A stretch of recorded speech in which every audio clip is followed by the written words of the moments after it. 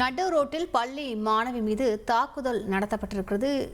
இதில் அதிமுக நிர்வாகி கைது செய்யப்பட்டிருக்கிறார். விவரங்களை செய்தியாளர் சசிதரனிடம் கேட்கலாம். சசிதரன், இந்த விவகாரத்தின் முழு பின்னணியும் விவரிங்க. சசிதரன். சென்னை ராயப்பேட்டை மியூசிக் அகாடமி அருகே சாலையில் நடந்து சென்ற பள்ளி மாணவியை காதலிக்க சொல்லி வற்புறுத்தி கத்தியை காட்டி மிரட்டி கன்னத்தில் அறைந்த அதிமுக சேர்ந்த நபரை தற்போது போலீசார் கைது செய்திருக்கிறார்கள். தன்னை காதலிக்கவில்லை என்றால் குடும்பத்தையே காலி செய்து விடுவேன் என மிரட்டல் விடுத்து தனது நண்பர்களுடன் சாலையில் சென்ற பள்ளி மாணவியை வழிமறித்து அவர் ரகளையில் ஈடுபட்டிருக்கிறார். மாணவியை நடுரோட்டில் தாக்குவதை பார்த்த அப்பகுதி மக்கள், இளைஞர்கள் அனைவரும் மற்றொரு நபரையும் பிடிக்க முயற்சித்த போது அனைவருமே அங்கிருந்து தப்பி சென்றிருக்கிறார்கள்.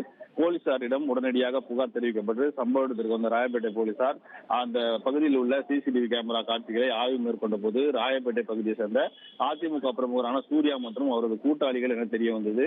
அதிமுக இளைஞர் மற்றும் இளம்பெண் பாசறை 118வது வட்ட செயலாளர் கூடிய சூர்யா தான் தனது நண்பர்களுடன் இது போன்ற சம்பவத்தில் ஈடுபட்டிருப்பது தெரிய வந்தது. இதனையடுத்து அவர் மீது போக்சோ, கொலை மிரட்டல் உள்ளிட்ட 5 பிரிவுகளின் கீழ் ராயப்பேட்டை போலீசார் வழக்கு பதிவு செய்து தலைமறைவாக இருந்த சூர்யாவை தற்போது கைது செய்திருக்கிறார்கள். தப்பியோடிய மற்ற குற்றவாளிகளை தேடி வருகிறார்கள். விவரங்களுக்கு நன்றி சசிதரன்.